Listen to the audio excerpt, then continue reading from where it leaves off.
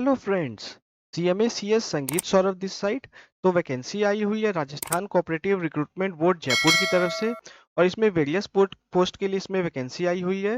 जैसे एक वैकेंसी इसमें अकाउंट्स ऑफिसर की है। इसमें टोटल नंबर ऑफ सीट 2 है जो कि अनरिजर्व्ड है यानी जनरल कैटेगरी के लिए है। उसी प्रकार से दूसरी वैकेंसी आई हुई है जूनियर अकाउंटेंट की, जिसमें टोटल नंबर ऑफ वैकेंसी 11 है।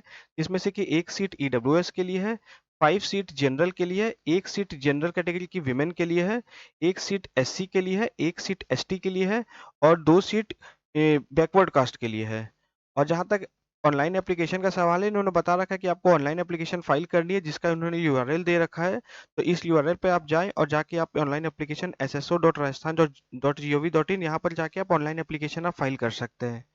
फ्रेंड्स, इन्होंने एक बात और बता रखा है कि अगर आप एक से ज़्यादा पोस्ट के लिए अगर आप एलिजिबल हो, इन that case you you could apply for more than one post also. तो जैसे कि अगर अकाउंट्स ऑफिसर के लिए आप एलिजिबल हो और साथ ही साथ आप जूनियर अकाउंटेंट के लिए भी आप एलिजिबल हो, तो आप दोनों पोस्ट के लिए आप अप्लाई कर सकते हो, आपकी एप्लीकेशन को कैंसिल नहीं की जाएगी। और जहाँ तक एप्लीकेशन फ़ी का सवाल है, तो उन्होंने बता रखा है कि अगर आप जनरल कैटेगरी से हो या फिर आप दूसरे स्टेट के, अगर आप ओबीसी हो या फिर ईबीसी, कुछ भी आप दूसरे स्टेट के हो, तो आपको 600 रुपीज़ की होगी। लेकिन अगर आप राजस्थान स्टेट के, अगर आप ओबीसी हो या फिर आप ईडब्ल्यूएस हो राजस्थान स्टेट के या फिर आप एसटी एससी हो राजस्थान स्टेट के, इन that case your application fee will be ₹400। या फिर अगर आप पीडब्ल्यूडी हो, उस केस में भी आपकी एप्लीकेशन फी जो है वो आपकी ₹400 हो जाएगी।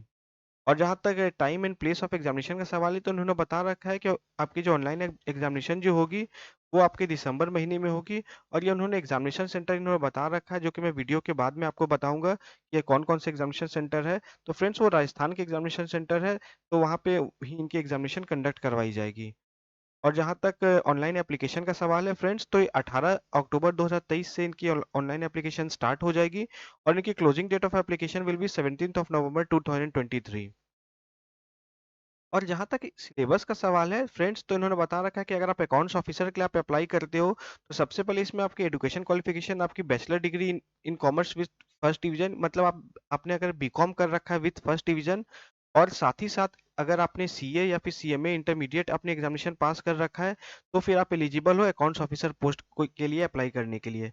और उसको उन्होंने पूरा डिटेल्ड सिलेबस बता रखा है, तो फ्रेंड्स आप डिटेल सिलेबस देख ले। ये सारे वही सारे टॉपिक है जो बेसिकली अपने फाइनेंस की जो होती है, जो कि अब हम लोगों ने अपने ग्रेजुएशन लेवल पे पढ़ रखा है या फिर सीए या सीएमए इंटरमीडिएट लेवल पे पढ़ रखा है। तो अपने अकाउंट्स हो गई, कॉस्ट हो गई, फाइनेंशियल मैनेजमेंट हो गई, डायरेक्ट इनडायरेक्ट टैक्सेशन हो गई। तो बेसिकली फ्रेंड्स, इन्होंने ये सारा इंडिकेटिव सिलेबस इन्होंने बता रखा है। तो ये तो पार्ट ए की हो गई। जहाँ तक पार्ट बी का सवाल है फ्रेंड्स, तो पार्ट बी जो है राजस्थान का सामान्य ज्ञान, मतलब ये general studies of with related to Rajasthan. तो राजस्थान का आपको वहाँ का कल्चर क्या है, वहाँ की हिस्ट्री क्या है, तो वहाँ की डाइवर्सिटी वगैरह क्या है। तो बेसिकली आपको राजस्थान स्पेसिफिक आपको पार्ट बी में आपको पढ़ाई करनी पड़ेगी। तो पार्ट ए का आपका जो है वेटेज वो 80% यानी 80 मार्क्स का रहेगा। और पार्ट बी में जो क्वेश्चन पूछे जाएंगे उसका वेटेज 20 मार्क्स का रहेगा। इसी प्रकार से फ्रेंड्स, अगर जूनियर अकाउंटेंट की सिलेबस को अगर देखी जाए, तो जूनियर अकाउंटेंट के सिलेबस के लिए भी इन्होंने बता रखा है कि सबसे पहले एलिजिबिलिटी क्राइटेरिया इसमें सिंपल इन्होंने बोल रखा है कि आप अगर बीकॉम अगर आपने कर रखा है, तो फिर आप जूनियर अकाउंटेंट पोस्ट करने के लिए एलिजिबल हो। मतलब अगर आपने बीकॉम अगर आपने किसी भी डिवीजन से, फर्स्ट डिवीजन से भी कर रखा है या फिर सेकंड डिवीजन से भी, in that case also you are eligible to apply for this post. और उसका भी फ्रेंड्स इन्होंने डिटेल सिलेबस बता रखा है। और अगर आप इसके सिलेबस को आप देखोगे, तो ये सारी सिलेबस फ्रेंड्स वही है जो कि आपने ग्रेजुएशन लेवल पे आपने पढ़ रखा था।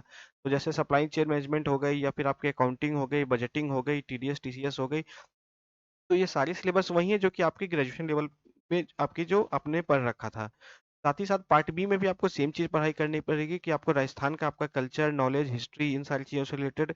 तो 20 मार्क्स के आपके वो पार्ट बी पूछे जाएंगे। और पार्ट ए जो कि आपके डोमेन स्पेसिफिक है फाइनेंस, उसकी आपकी 80 मार्क्स की आपसे क्वेश्चन पूछी जाएगी।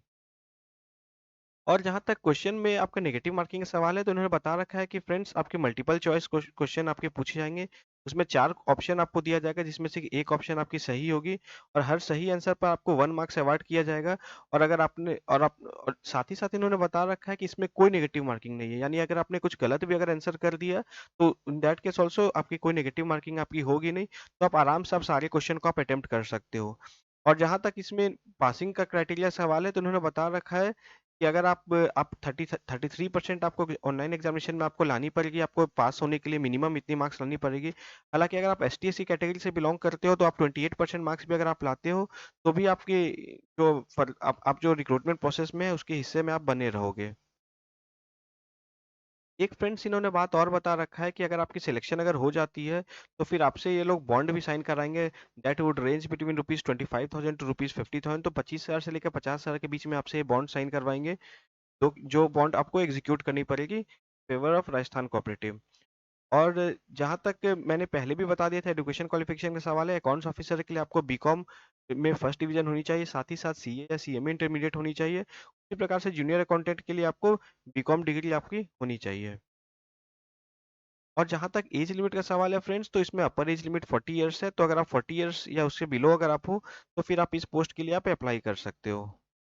फ्रेंड्स, जैसा कि मैंने आपको पहले ही बोला था कि इसमें एग्जामिनेशन सेंटर जो है वो राजस्थान में ही इसकी एग्जामिनेशन होगी।